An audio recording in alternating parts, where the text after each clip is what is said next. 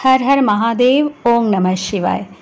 भादों की सोमवती अमावस्या के दिन व्रत रखना और भगवान शिव और माता पार्वती की पूजा करना ये बहुत ही पुण्य का काम माना जाता है।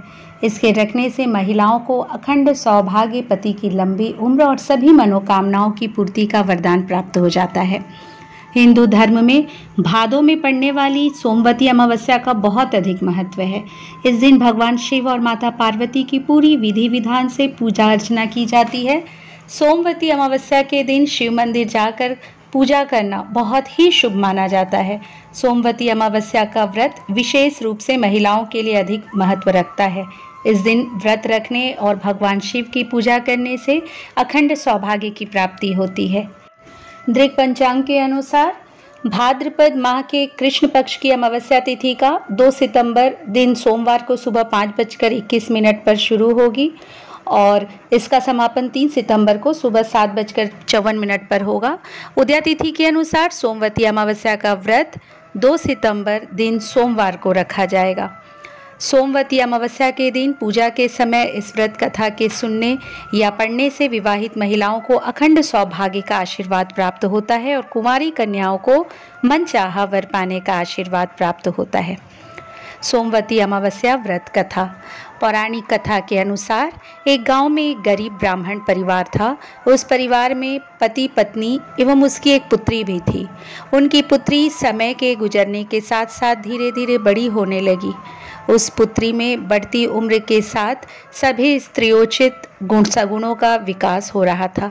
वह कन्या सुंदर, संस्कारवान एवं गुणवान थी, परंतु गरीब होने के कारण उसका विवाह नहीं हो पा रहा था।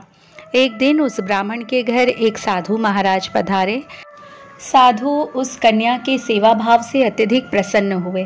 कन्या को लंबी आयु का आशीर्वाद देते हुए साधु ने कहा कि इस कन्या के हाथ में विवाह योग्य रेखा नहीं है। तब ब्राह्मण दंपति ने साधु से इसका उपाय पूछा। कन्या ऐसा क्या करे कि उसके हाथ में विवाह योग बन जाए? साधु महाराज ने कुछ देर विचार करने के बाद अपनी अंतर्दृष्टि में ध्यान करके बताया कि कुछ ही दूरी पर एक गांव में सोना नाम की एक धोबिन महिला अपने बेटे और बहू के साथ रहती है, जो बहुत ही आचार विचार एवं संस्कार संपन्न तथा पति परायण है। यदि यह सुकन्या उस धोबिन की सेवा करे और वह महिला उसकी शादी में अपनी मांग का सिंदूर लगा दे तथा उसके बाद इस कन्या का विवाह हो जाए तो इस कन्या का वैधव्य योग मिट सकता है। साधु ने यह भी बताया कि वह महिला कहीं बाहर आती जाती नहीं है। यह बात सुनकर ब्राह्मणी ने अपनी बेटी से धोबिन की सेवा करने का प्रस्ताव रखा। अगले दिन से ही कन्या सुबह ही उठकर सोना धोबिन के घर जाकर साफ सफाई एवं अन्य सारे कार्य करके अपने घर वापस आने लगी। एक दिन सोना धोबिन अपनी बहू से पूछती है कि तुम तो सुबह ही उठकर सारे काम कर लेती हो और पता भी नहीं चलता। बहू ने कहा कि माँ, मैंने तो सोचा कि आप ही सुबह उठकर सारे काम खुद ही खत्म कर लेती हैं। मैं तो देर से उठती हूँ। यह सब जानकर दोनों सास बहू घर की निगरानी करने लगी कि कौन है जो सुबह ही घर का सारा काम करके चला जाता है। कई दिनों बाद धोबिन ने देखा कि एक कन्या मुंह ढके अंधेरे में घर में आती है और सारे काम करने के बाद चली जाती है। जब वह जाने लगी तो सोना धोबिन उसके पैरों पर गिर पड़ी। पूछने लगी कि आप कौन हैं और इस तरह छुपकर मेरे घर की चाकरी क्यों करती हैं? तब कन्या ने साधु द्वारा कही गई सारी बात बताई। सोना धोबिन पति परायण थी, अतः उसमें तेज था। वह तैयार हो गई। सोना धोबिन के पति थोड़ा अस्वस्थ थे। उसने अपनी बहू से अपने लौट आने तक घर पर ही रहने को कहा था।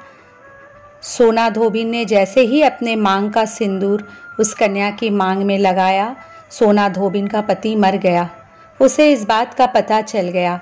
वह घर से निराजल ही चली गई, यह सोचकर कि रास्ते में कहीं पीपल का पेड़ मिलेगा तो उसे भवरी देकर और उसकी परिक्रमा करके ही जल ग्रहण करेगी। उस दिन सोमवती अमावस्या थी।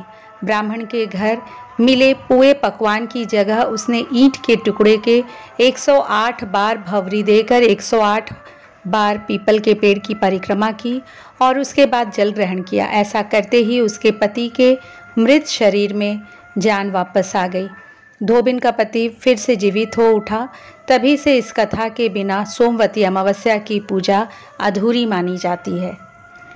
हे सोमवती अमावस, जैसा ब्राह्मण की बेटी को सुहाग दिया है वैसा ही सबको सुहाग देना। सोमवती की कथा सुनने वाले को, सुनाने वाले को, हुंकारा भरने वाले को तथा पूरे परिवार को देना। प्रेम से बोलिए जय सोमवती अमावस्या।